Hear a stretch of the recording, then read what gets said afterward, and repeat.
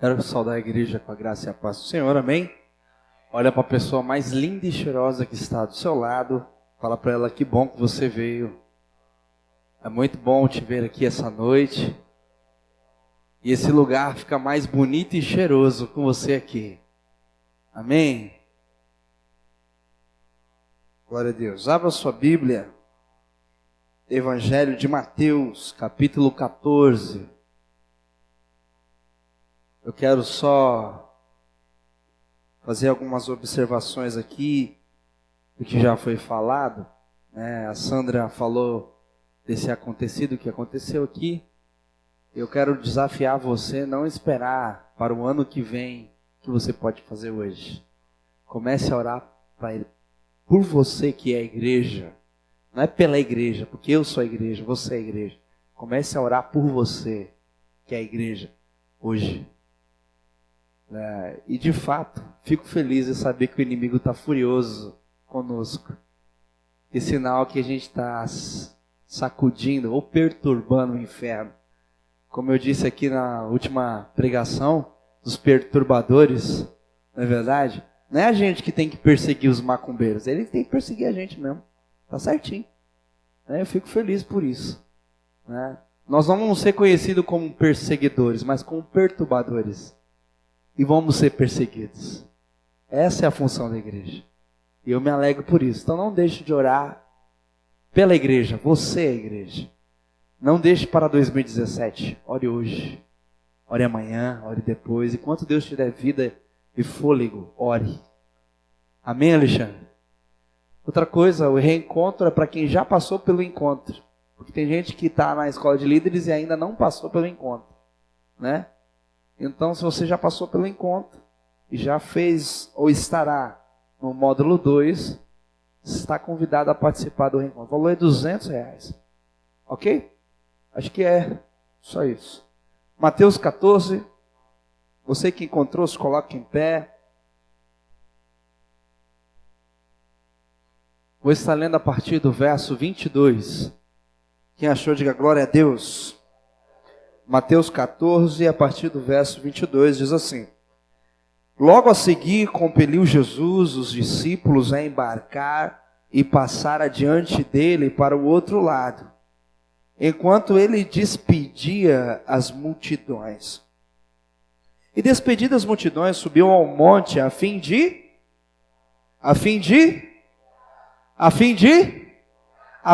orar, mas orar sozinho. E caindo a tarde, lá estava ele só.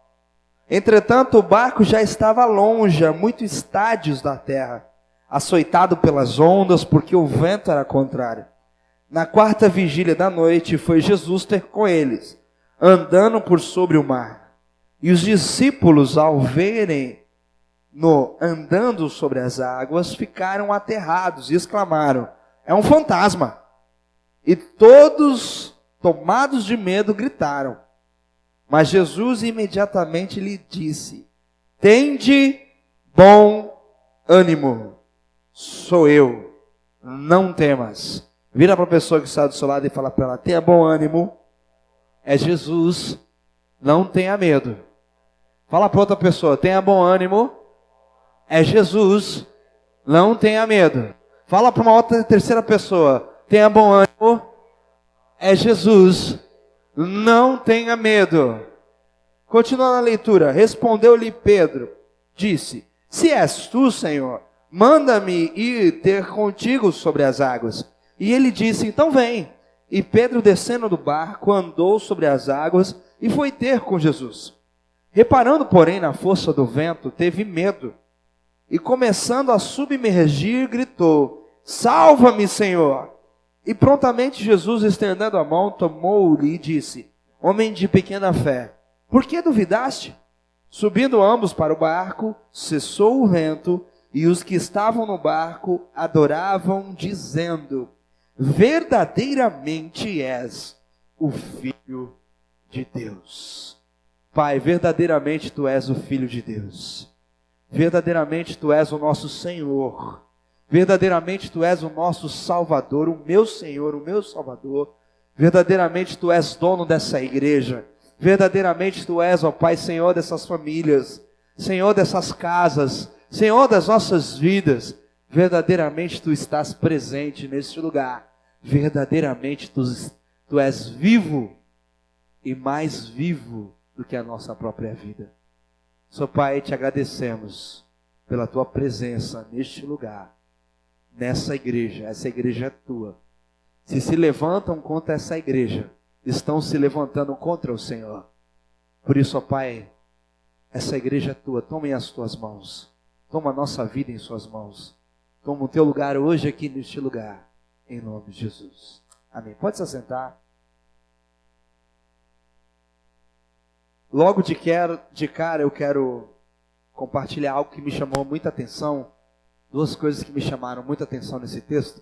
A primeira coisa que me chama a atenção é que Jesus mandou os discípulos irem para uma outra cidade e Ele preferiu ficar para fazer uma coisa que muitos não comentam nesse texto, para orar sozinho.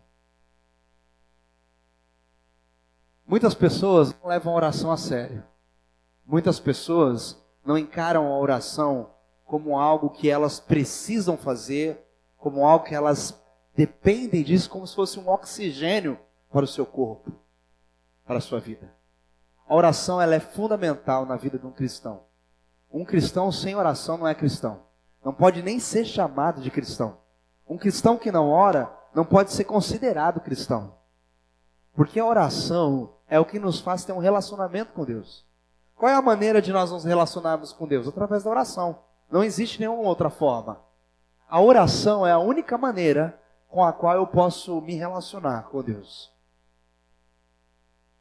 A única forma, não existe outra. Quando eu estou adorando a Deus, eu não estou me relacionando com Ele. Eu estou só dizendo o que Ele é. Mas quando eu oro, eu me relaciono. E Jesus despediu os discípulos para ir orar. Para ir orar.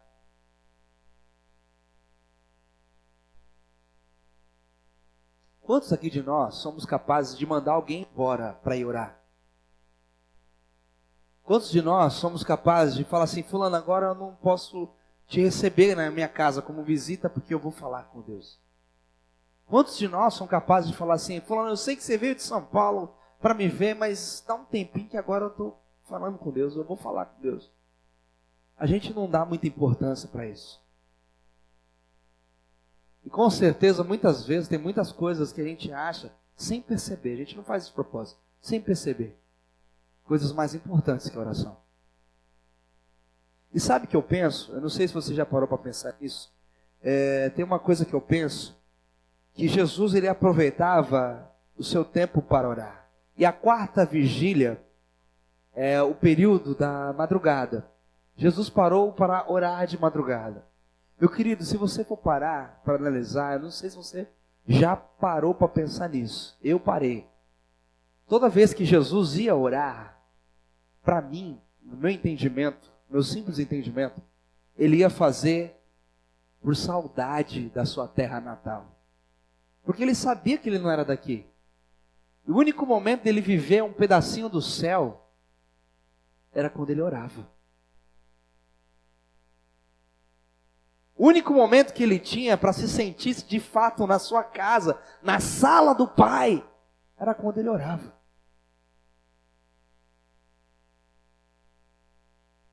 É inconcebível a gente falar assim, já orei ontem, não preciso orar hoje. É inconcebível a gente falar isso, é inconcebível. Meu irmão, minha irmã, preste atenção. Jesus, ele aproveitou um tempo que ele tinha, depois que ele despediu os discípulos, depois que ele despediu a multidão, para ir orar, ter o tempo dele com Deus, para ter o tempo dele do pedacinho do céu, na terra. O único momento que a gente vive, de fato, um pouco do céu na terra, é quando a gente está em comunhão com Deus na oração. E esse momento é tão gostoso que dá sono. Esse momento é tão gostoso que dá preguiça, porque o céu desce. E a gente fica à vontade. A gente até relaxa. Não é verdade? Por isso que é tão difícil orar. Jesus, a primeira coisa que me chama a atenção nesse texto é porque ele tinha saudade da eternidade, porque ele tinha saudade de viver a comunhão com o Pai, porque a terra o afastou do Pai. Então ele teve que vir para a terra, se afastou do ambiente celeste. Mas a partir do momento que ele dobrava os seus joelhos e dizia, Pai, o ambiente celeste vinha até ele. De novo. Quando a gente ora, a gente não ora simplesmente por orar, por ser um ato religioso. A gente ora para cumprir o que está escrito na oração do Pai Nosso. Venha a nós o teu. Venha a mim, Senhor. Quando eu estou orando, a atmosfera do céu vem até mim. E a vontade dele vai se realizar e se cumprir na comunhão. A oração do Pai Nosso, ela está explicando o que acontece quando a gente ora. Fala para a pessoa que está do seu lado, se você quer viver o céu na terra, em todos os aspectos e sentidos, comece orando. Eu lembro que há pouco tempo a Cris deu um testemunho aqui. Passei a noite orando e meu outro dia foi uma maravilha, não foi isso, Cris? Porque é isso que acontece. Esse é o resultado da oração. Quando a gente pede para o céu descer, o céu desce. Isso a gente não pede numa canção, na adoração. Isso a gente pede na oração. Estão comigo aqui, amém? Sabe por que eu estou falando isso? Porque Deus não quer o nosso tempo. Fala para a pessoa que está do seu lado, Deus não quer o seu tempo. Tem muitas pessoas que falam assim, eu tenho que dar meu tempo para Deus. Deus não quer o seu tempo. Por que Deus não quer o meu tempo, pastor? Isso é loucura. Não, loucura é você dizer que Deus quer o seu tempo. Porque nós não temos tempo nenhum. Quem garante que daqui a 5 minutos nós vamos estar vivos? Quem garante que daqui a 2 minutos nós vamos estar vivos? Quem garante que quando acabar o culto aqui a gente vai ter tempo para amanhã? Quem garante que nós vamos ter tempo para orar amanhã? Quem garante que nós vamos ter tempo para estar aqui no culto da virada? Quem garante isso para você? Quem que garante? Então quem diz que você tem tempo? E quem diz que você pode dar tempo para Deus?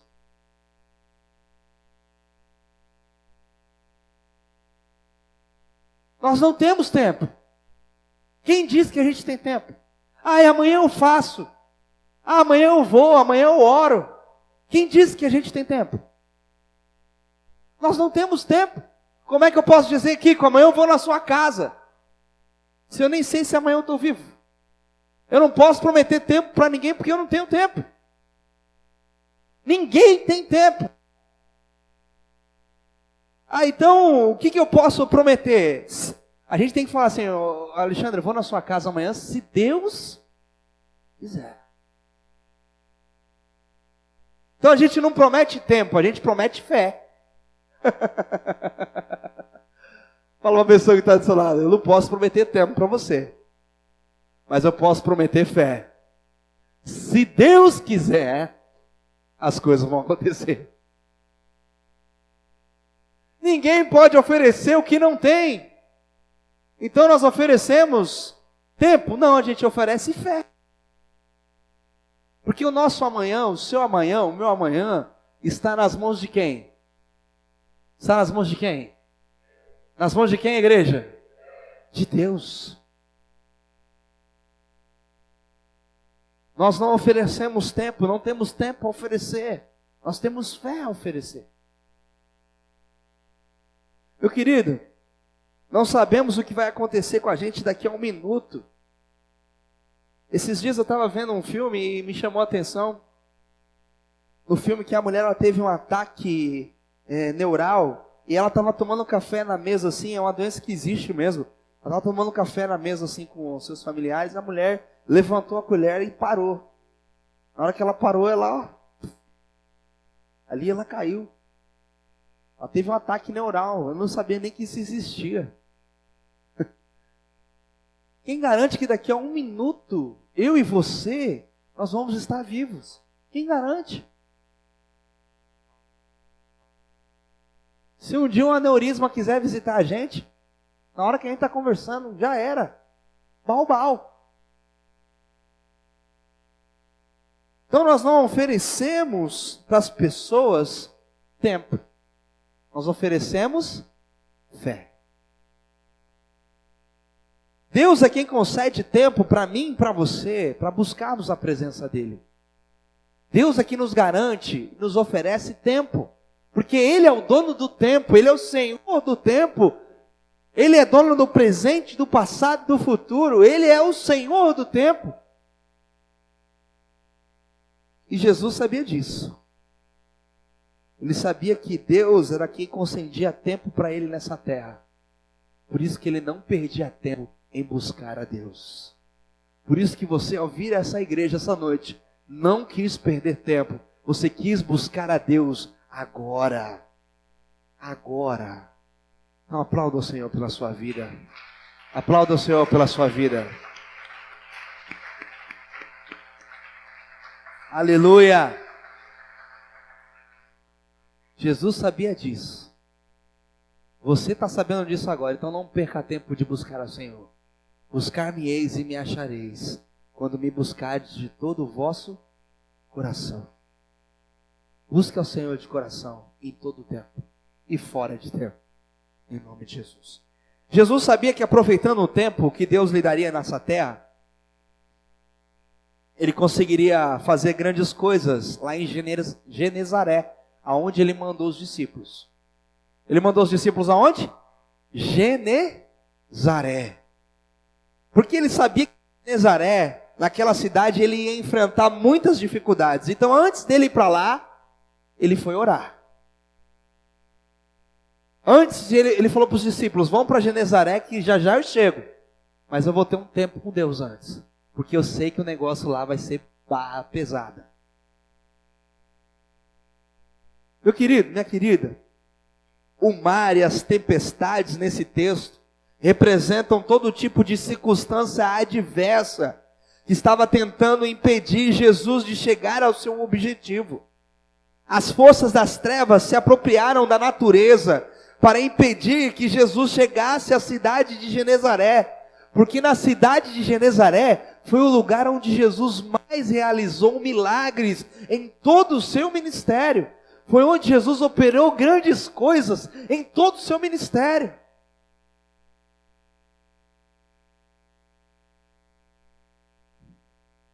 Jesus ele não quis inventar o surf, não quis inventar o esqui aquático, mas acho que todo mundo que inventou esse esporte, acho que se inspirou em Jesus, né?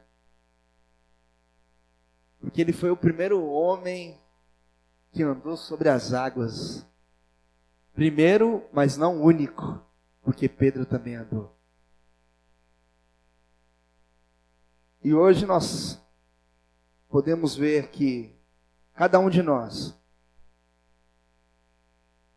e essa é a segunda coisa que me chama a atenção no texto, cada um de nós só podemos enfrentar todas as circunstâncias contrárias, tempestades, ventos, tornados, ondas gigantes, se nós estivermos em plena comunhão com Jesus. Jesus se preparou para enfrentar grandes adversidades. E você, tem se preparado para enfrentar grandes adversidades? Se um dia elas aparecerem?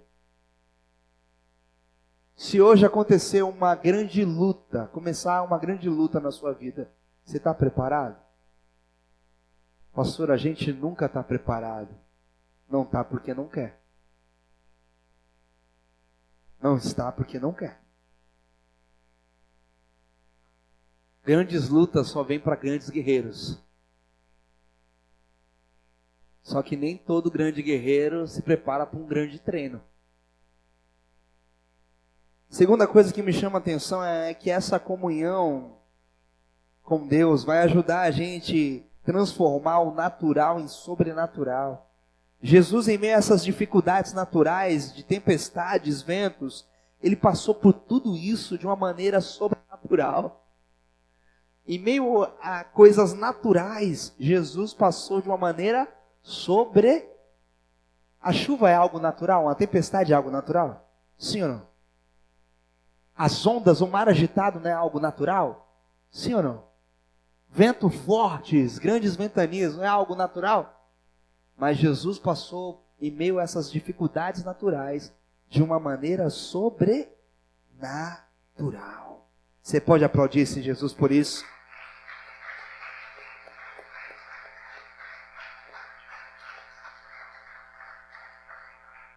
Isso é que é a aerodinâmica. Você tem uma vida sobrenatural. Isso que é a aerodinâmica. Meu Deus.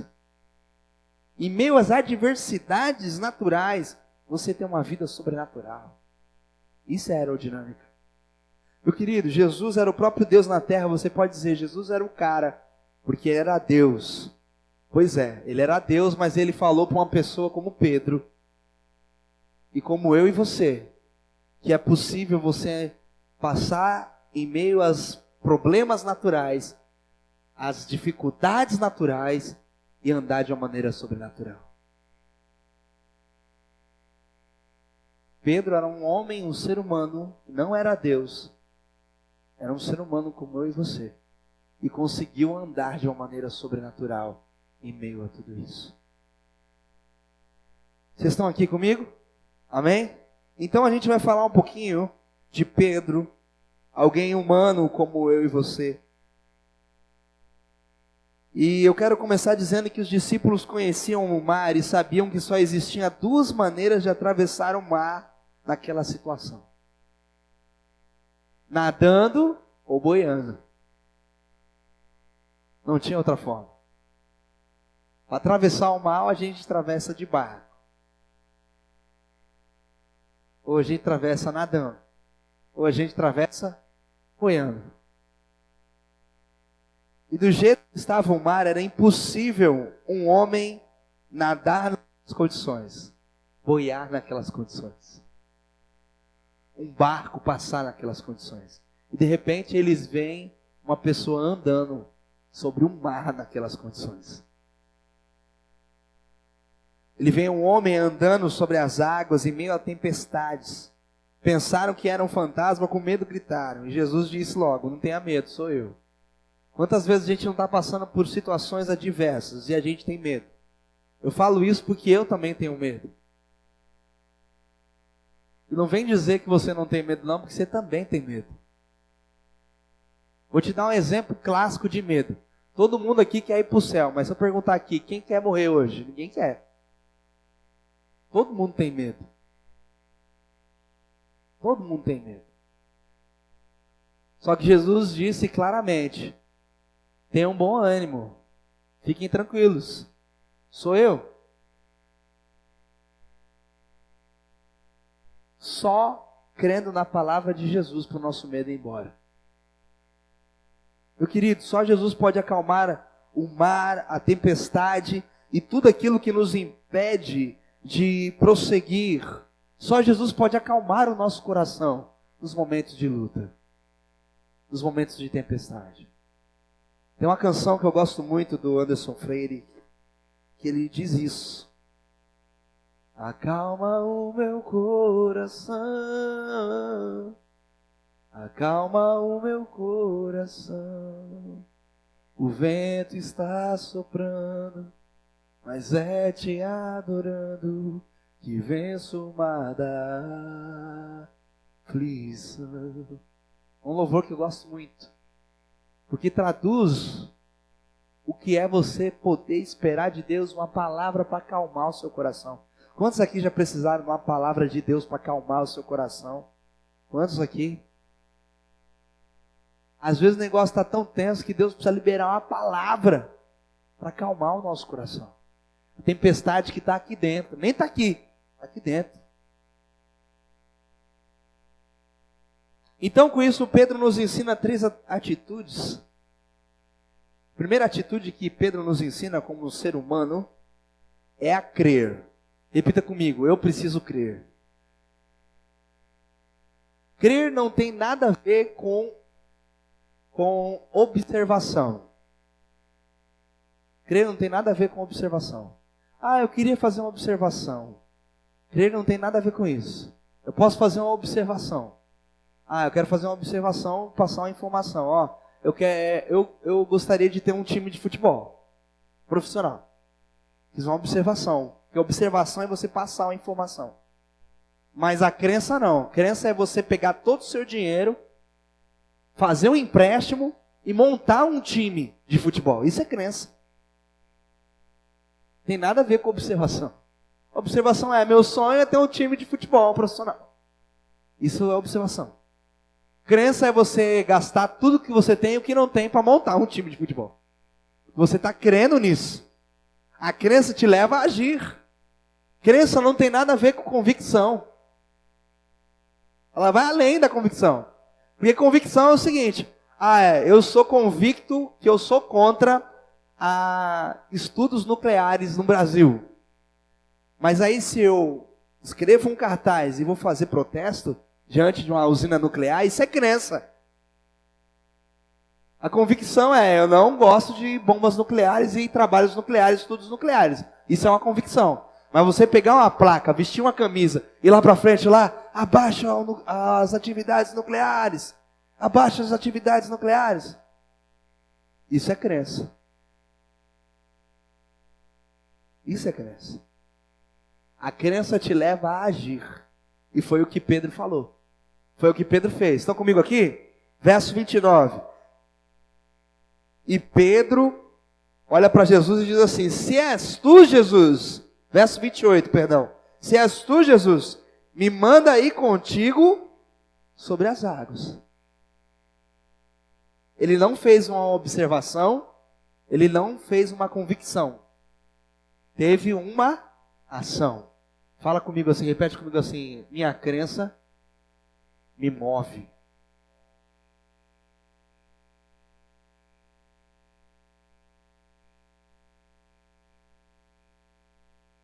Quando a gente cria um negócio, a gente vai. A gente faz. Sempre que a gente tem dúvidas do agir de Deus na minha vida e na sua vida, a gente tem que começar a crer que Ele sempre está dizendo para mim e para você: vem que vai dar certo. Vem que vai dar certo. Pode não dar certo você querer um time de futebol ou você se manifestar contra atividades nucleares. Mas toda vez que Jesus te dizer, vem, vai que vai dar certo. Quantos aqui querem viver o sobrenatural? Então quando Jesus dizer, vem, vai que vai dar certo. Fala para a pessoa que está do seu lado, dá certo. Se Jesus está chamando, dá certo. Meu querido, independente de como está a sua vida, independente se você tem algum vício, se você tem um pecado, se você tem erros do passado, independente, Ele não quer que você olhe para as tempestades que estão dentro ou fora de você. Ele não quer que você olhe para o mar. Ele quer simplesmente que você acredite, que você creia, que Ele te chamando e você respondendo a Ele, o impossível pode acontecer. Você pode aplaudir Ele por isso? Você que crê. Quando Jesus te chamar, diga: eu vou, eu creio. Aleluia! Glória a Deus! Primeira coisa que Pedro nos ensina é que nós temos que crer. Segunda coisa que Pedro nos ensina é que nós temos que ser. Verso 29. Pedro, descendo do barco, andou sobre as águas e foi ter com Jesus. Crer nos ajuda a aceitar o convite de Jesus. Só que se ele não sai do barco, ele não consegue ser como Jesus é. Jesus andou sobre as águas. E ele quis ser como Jesus. Ele quis ser como Jesus. Jesus, se é você que está andando sobre a água, eu também quero ser um que anda sobre a água. E Jesus falou o que para ele? Vem. Ele quis ser como Jesus, ele quis andar sobre as águas. Não mais se importar com as circunstâncias da vida. Ele quis andar sobre o sobrenatural, ele quis viver o sobrenatural. Isso nos mostra, meu querido e minha querida, que qualquer pessoa normal e pecadora como Pedro, como eu e como você, que olha para Jesus e que quer ser como Jesus, vai poder andar sobre as águas. Tem muitas pessoas que creem em Jesus, mas não querem ser como Jesus. Tem muitas pessoas que acreditam em Jesus, mas não querem ser como Jesus. Pergunta para a pessoa que está do seu lado: você só acredita ou você quer ser igual? Fala para ela: você só crê ou você quer ser igual? Muitos querem fazer milagres e as curas que Jesus fez, mas ninguém quer ser como ele foi. Hoje nós vemos muitas igrejas dos milagres, mas que não têm o caráter que Cristo tinha. Eu conheço pastores que têm dons de cura, dons de revelação, mas não têm caráter. Enganam os outros, são cheques sem fundo, mentem. Aí a gente se pergunta: como é que Deus pode usar uma pessoa dessa? Ué, Deus usa a mula, não vai usar um ser humano? Como é possível? É que dom não tem nada a ver com caráter. Quem diz que dom tem a ver com caráter? Ser igual a Cristo é ter o mesmo caráter que ele teve. Pedro quis ser igual a Jesus, por isso que ele saiu do barco. E ele foi o único. Tem pessoas que ao ler esse texto vão olhar assim: Pedro foi um vacilão, saiu do barco para morrer afogado. Não, ele saiu do barco porque ele quis ser igual a Cristo. A Cristo. Tem muita gente que não sai do barco porque não quer ser igual a Cristo. O barco está confortável, o barco está seguro. Mas Jesus está nos chamando para sairmos do barco. E quando eu falo sair do barco, não é sair da igreja, não. É sair da comodidade, da segurança sua e entrar na comodidade celeste, na segurança celeste. Terceira coisa que nós aprendemos com Pedro, e última: reparando, porém, na força do vento, teve medo e começou a submergir e gritou: salva-me, Senhor. Verso 30. A primeira coisa que nós aprendemos é que nós precisamos crer. A segunda é ser. E a terceira é ter. Pedro teve medo. Teve medo. Tem muitas coisas que nós temos, e uma delas, como eu disse, é o medo. Quando Pedro estava no barco, estava difícil. E quando ele saiu do barco e andou sobre as águas, ainda estava mais difícil. Ou seja, as circunstâncias e as adversidades não mudaram. Não mudaram. Quem mudou foi Pedro. E do 2016, esse é o último culto de quinta-feira de 2016. 2016 está acabando.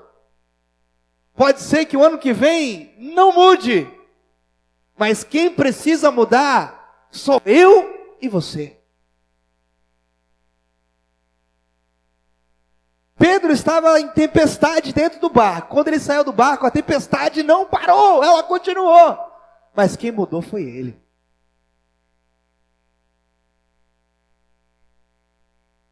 Quem precisa mudar não é o ano que vem, é eu e você. Para 2017 ser melhor, quem tem que melhorar somos nós. Meu querido, o maior problema não foi a circunstância, não foi ele ter tirado o foco de Cristo, mas foi ele ter colocado o foco do problema na circunstância, nas adversidades, na tempestade, no mar, no vento. Quando ele perdeu o foco, deixou de ser transformado. Quando a gente olha para Cristo, nós estamos nos transformando. Quando a gente tira o olhar de Cristo, nós nos desesperamos. Vou te dar um exemplo. Colocaram uma macumba aqui na porta da igreja. Se a gente colocar o nosso olhar e a nossa fé no prato de macumba que colocaram aqui, a gente adoece. Ai, pegou em mim. Pegou, deu ruim. Mas se a gente não tira o olhar de Cristo, nada nos atinge, nada nos fará submergir, porque o nosso olhar está nele. A glória é dele, a honra é dele, o foco é ele. Estão entendendo? Quem está entendendo, diga amém. Meu querido e minha querida, quando nós temos os olhos fixos em Jesus, e a Cris pregou sobre isso há um tempo atrás, a gente sempre vai caminhar sobre os problemas. Eles nunca vão nos afogar, mas se nós tivermos o nosso olhar fixo nos problemas, vamos cada vez mais nos afundar neles. O que eu estou querendo dizer aqui, não é que ao você sair da igreja hoje, ao acabar o ano de 2016, os seus problemas vão acabar. Pelo contrário, os problemas sempre vão existir, porque os problemas existem para a vida fazer sentido. Porque se a vida não tivesse nenhum problema, a nossa vida seria um tédio, seria monótona, seria chata. A gente ia parecer robô, toda hora alegre, toda hora feliz, toda hora sorridente. Cara, a nossa vida tem problema para ela fazer sentido. Quando acabar o culto, os seus problemas vão continuar, mas você pode mudar.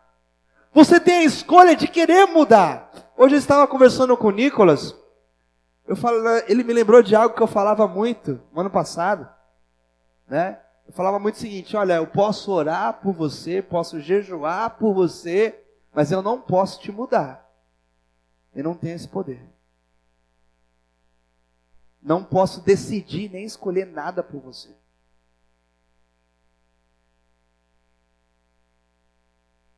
Escolher e decidir é com você. Ainda que todo mundo ore por você, jejue por você, as escolhas quem faz é você. As decisões quem toma é você. Ninguém pode fazer isso por você. Os problemas, eles não vão acabar. Eles vão continuar. Mas eles não te afundarão. Ouça bem isso. Eles não vão te submergir, não vão te afogar. Se você tiver os olhos em Cristo. Se você tiver os olhos em Cristo. E mesmo se você não resistir, e mesmo se você não aguentar, tiver muito pesado para você, e você começar a afundar e começar a ter medo, você pode gritar: Senhor Jesus, me salva, me socorre, eu não aguento mais. E com certeza, Ele vai estender a mão para você, vai te erguer e vai dizer: não temas, meu filho, não temas, minha filha, porque eu sou contigo. Você pode aplaudir o Senhor Jesus por isso.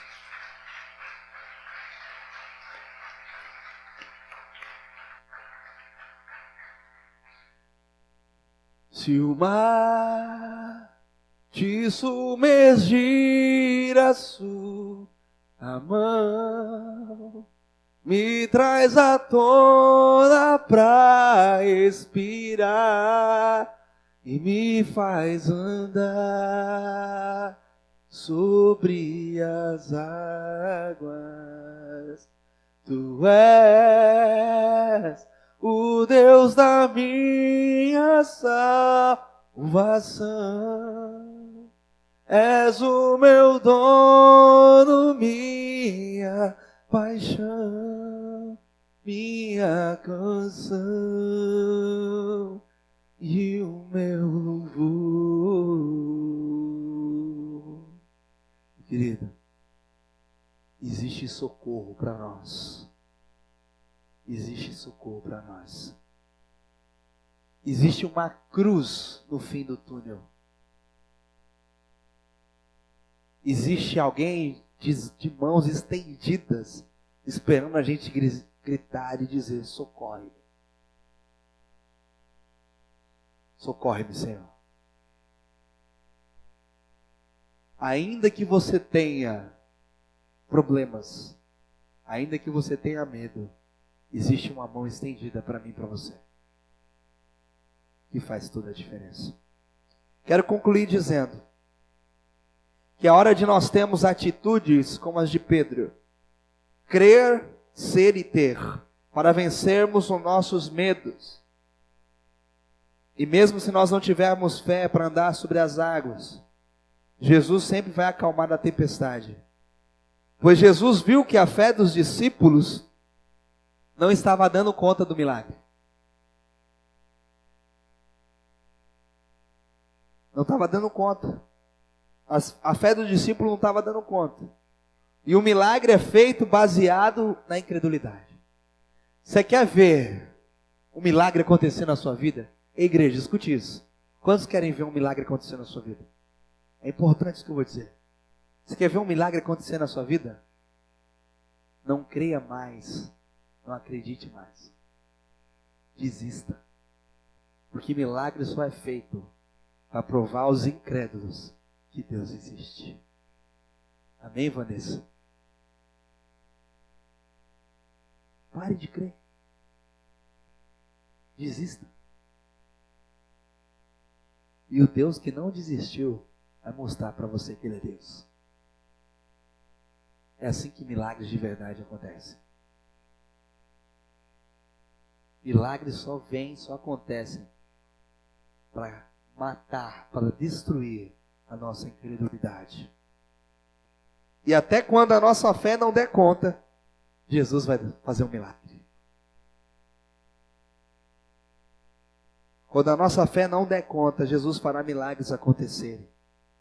Além disso, Jesus poderia ir para Genezaré sem os discípulos, mas ele andou sobre as águas, acalmou a tempestade, foi com eles.